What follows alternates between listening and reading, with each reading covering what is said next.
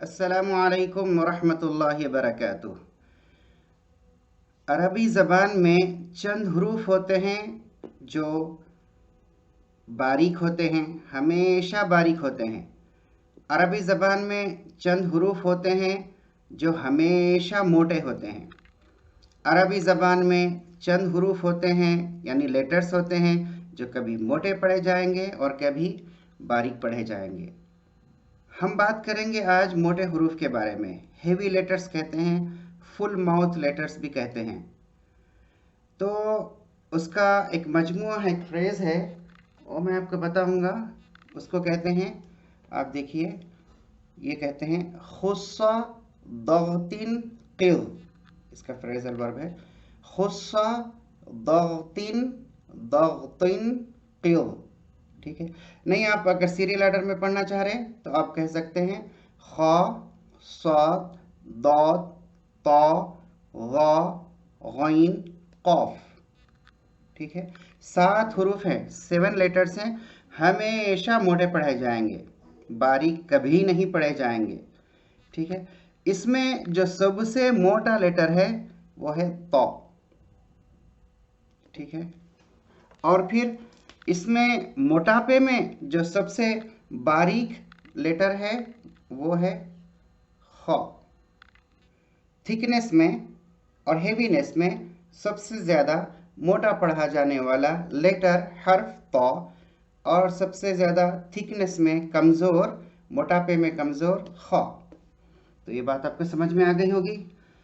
अब हम बताएंगे कि ये जो हेवी लेटर्स हैं, इनका आवाज़ कैसे निकालते हैं, इनकी आवाज़ कैसे निकालते हैं। तो उसका सिंपल मेथड ये है कि देखिए, ये आपकी ज़बान है। ठीक है, तो ये ज़बान जो है आपकी पीछे से मोटी हो जाएगी, उठ जाएगी।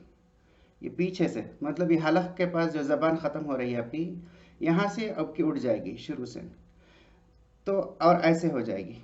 ठीक है, किश्ती के जैसे। यहाँ पर स्पेस क्रिएट हो जाएगा आपकी ज़बान के और आपके तारख, जो मुंह का ऊपर का हिस्सा है उसमें।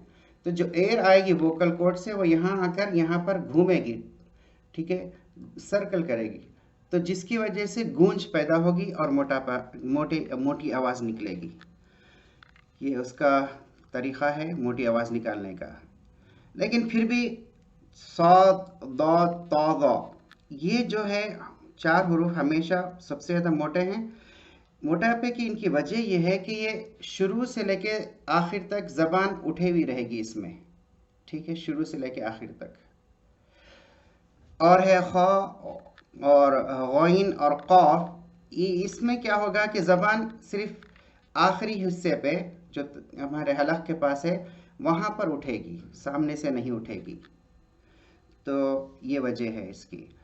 तो मैं आपको चंद मिसालें देता हूँ, तो आप उसमें गौर कर सकते हैं कि मोटी आवाज़ कैसे निकाली जाती है। जैसे सूरतुल फातिहा में है इहदिनस सिरातल मुस्तकीम।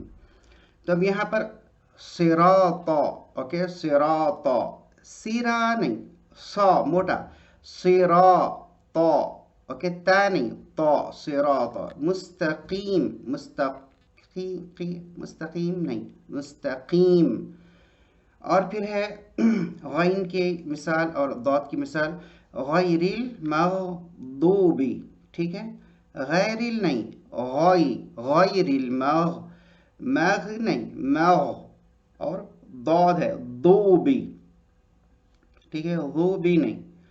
और फिर है मिन शर्री गासिकिन इज़ा वक़ब।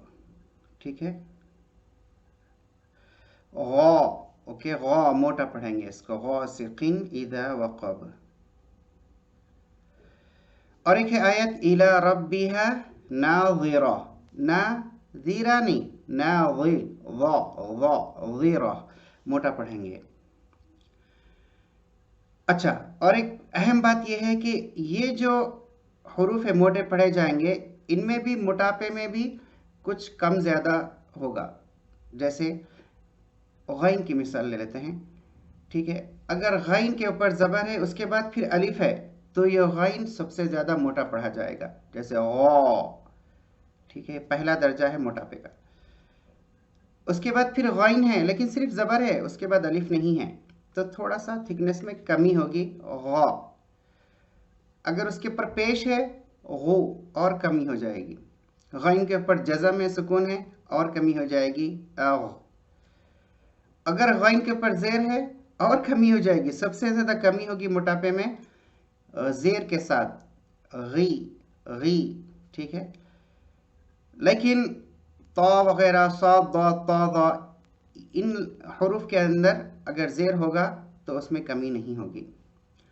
بہت سے لوگ زیادہ غلطی کر دیتے ہیں، وہ یہ کہ جب ہیوی لیٹرز پڑھتے ہیں، موٹے حروف پڑھتے ہیں، تو اپنے ہونٹوں کو گول کر دیتے ہیں۔